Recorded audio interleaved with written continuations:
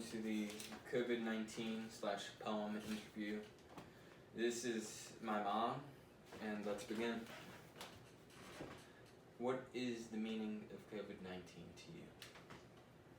I feel the meaning it would be stress and anxiety and destruction based on what it's done around the world and what it's done to families and to individuals having to go through it. This is my grandfather, and welcome to COVID-19 slash poem interview. My first question is, what is the meaning of COVID-19 to you? To me, it means a complete change in society, which I think will be semi-permanent. But it is only one of several different viruses that can affect the human race, like SARS is akin to this. So we can expect more of this as years go by. What have you learned about COVID-19?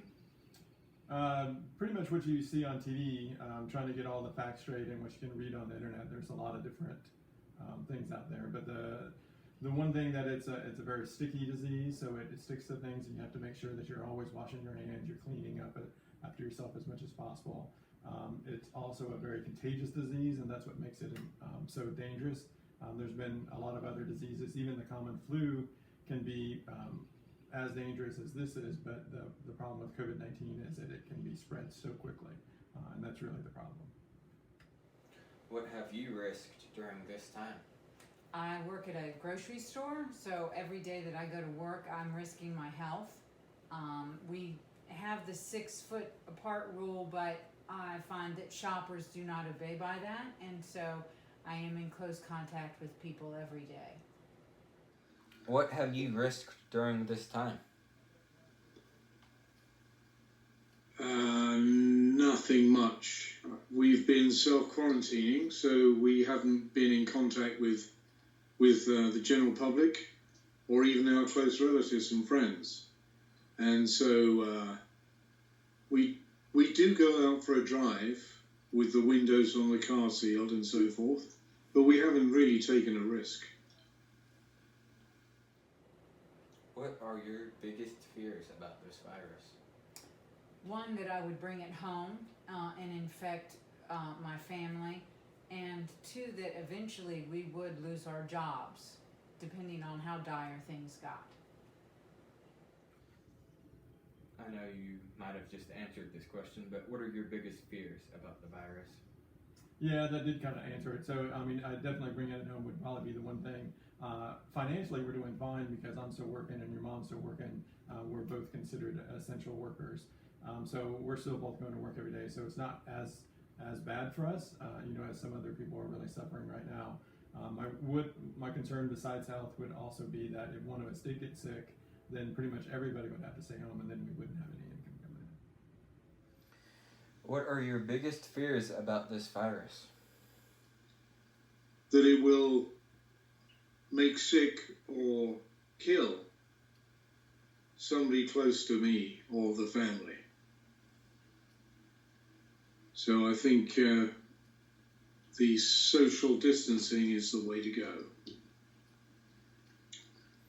In the words of JP2, ye are the light of the world. How have you let your light shine? I have tried to remain positive during this time, keeping focused on the fact that this will be over. One day all this will be done and life will go back to being normal.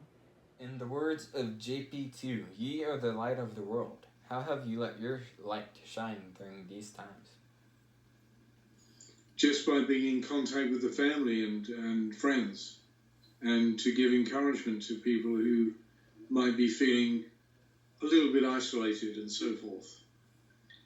But that's about as far as it's gone, Sam. In the words of JP2, ye are the light of the world. How have you let your light shine during these times? I think it's important to stay positive. I think, because I get depressed sometimes when I watch the news too much. So I think just remaining positive, trying not to watch the news as much and read everything, and just know that, I really think that, the thoughts that you send out to the universe will come back to you. So if you're scared and you're worried, those things are going to come back to you. But if you stay positive and know that everything's going to be okay, that you're going to be taken care of both financially, spiritually, and health-wise, that I think everything will be okay. So it's really just trying to keep that positive outlook. How are you going to charge your brigade during this time? How am I going to charge my brigade during this time? Your hobbies. Yes, well, if you mean, are we being positive in the face of adversity? We are. So it's been a great opportunity to take care of some of the hobbies that have been on the back burner for so long. So instead of sitting around thinking, oh dear, this is very boring, I've caught up on quite a few of my hobbies. So, and home improvement. So that's made me okay with Nana. Going to charge your brigade during this time? I do a lot of gardening. I'm trying to stay positive. I'm trying to be outside to keep my spirits up, and staying focused on the fact that this will be over soon.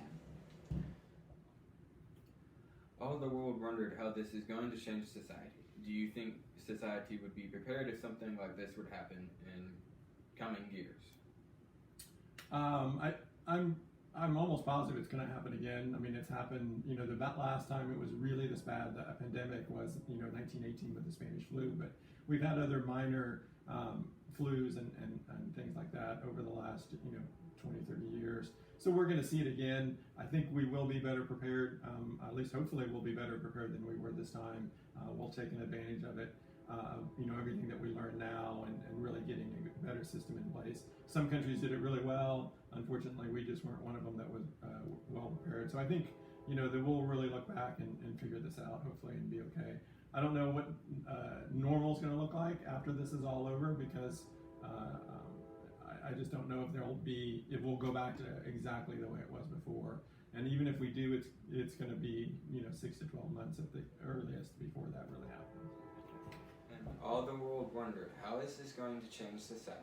Do you think society would be prepared if something like this would happen again in a few years? I feel that we will not greet each other the way that we used to. I don't think people will shake hands and hug as much as we used to.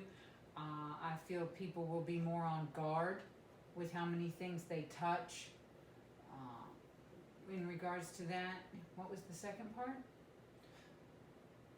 Do you think society would be prepared if something were to happen like this again in a few years? Well, the whole world's had a chance to learn from this. So we should be able to have stockpiled our medical needs, stockpiled the Lysol wipes that people cherish so much, and be prepared to have to go back into lockdown again.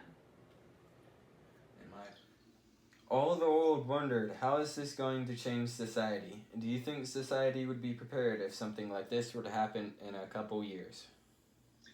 One would hope so, but looking how people have behaved, even in the face of the facts, I'm not sure that things would go any differently next time around. So it should change society, to be more aware of what doctors and so forth are telling them. But honestly, you've probably seen some of the evidence of people not bothering to self-distance or quarantine. So those type of people, whether they be in America or in the UK, they've been just as bad, will always be with us. So I hope it will change, so that people take care of this early on and not allow it to spread the way it has. My final question is, are you in dismay right now, and what are you scared about? I'm not in dismay anymore. I was when it first started.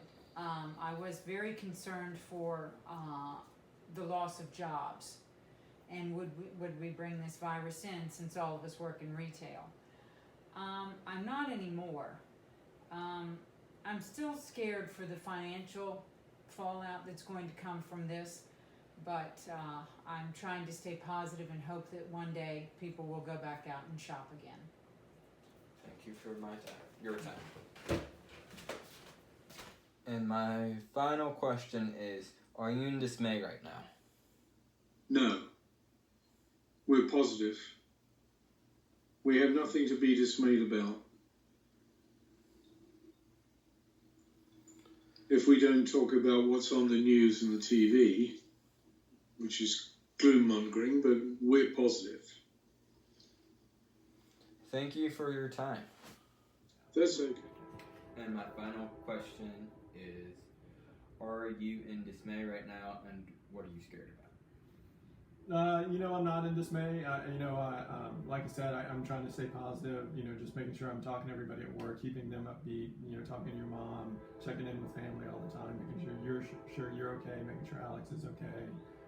Probably Alex is the one that I worry about the most because, I text him probably every other time he works to make sure he washes his hands, but Alex, he probably doesn't wash his hands, so just making sure that you guys are safe, that's my number one concern. But I am positive. I think this will eventually blow over, and I think we'll be in good shape.